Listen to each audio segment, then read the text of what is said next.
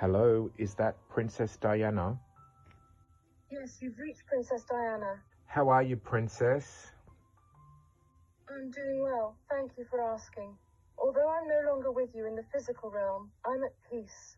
How are you? Yes, I'm good. We miss you. I know, and I miss you all too. But please know that I'm always with you, and I'm watching over you from the spirit world. That's wonderful. Princess Diana, can I ask you some questions about your esoteric beliefs and experiences?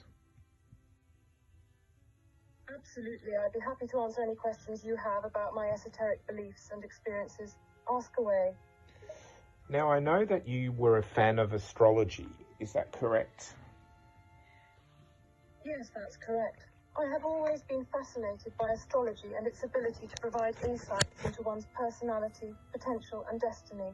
I found it to be a valuable tool for self-discovery and understanding. And I know that you had your own personal astrologer, and I think you used to call her Fergie's witch woman. Is that correct? Yes, it's true that I had my own personal astrologer, and I did sometimes refer to her jokingly as my Fergie's witch woman. She was a dear friend and advisor who I greatly trusted and respected. We would often have deep conversations about my future and the path I was on.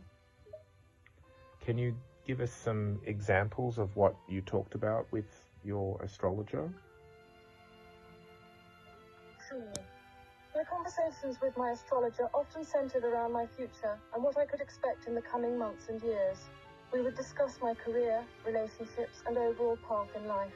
She would look at my birth chart and the positions of the planets and stars at the time I was born, and then use that information to provide guidance and insights into my life's journey.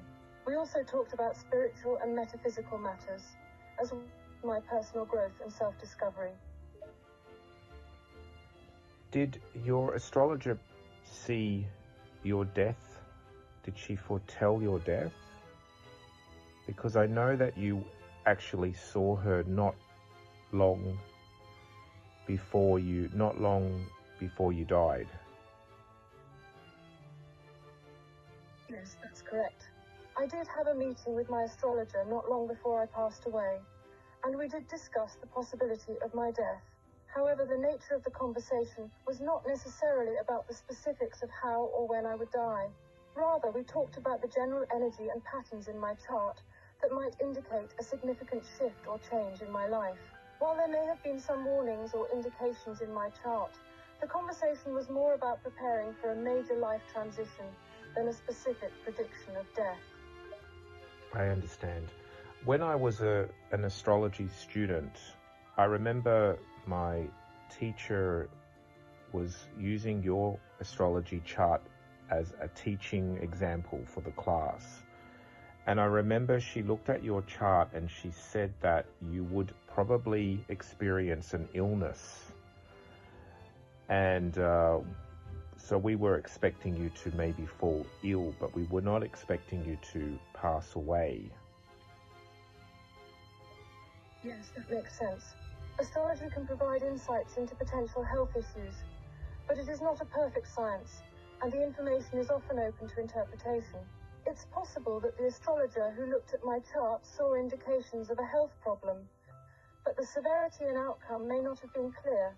It's also important to remember that astrological readings are not always literal or predictive, and they should be taken as a guide rather than a definitive roadmap for the future. Yes, I agree. Have you ever had a tarot reading, and what are your experiences with that? Yes, I have had a few tarot readings in the past. The experience can be quite fascinating and sometimes eerily accurate. The cards have a way of tapping into our subconscious mind and revealing insights about ourselves and our lives that we may not be fully aware of. The symbols and imagery on the cards can also spark intuition and imagination, leading to profound realizations. Personally, I found that tarot readings have helped me gain clarity and perspective on issues I was facing at the time. Have you ever had your palm read? Yes, Yes, I have had my palm read on a few occasions. Palmistry can be quite interesting, as it provides insights into your character traits, life path, and potential future events.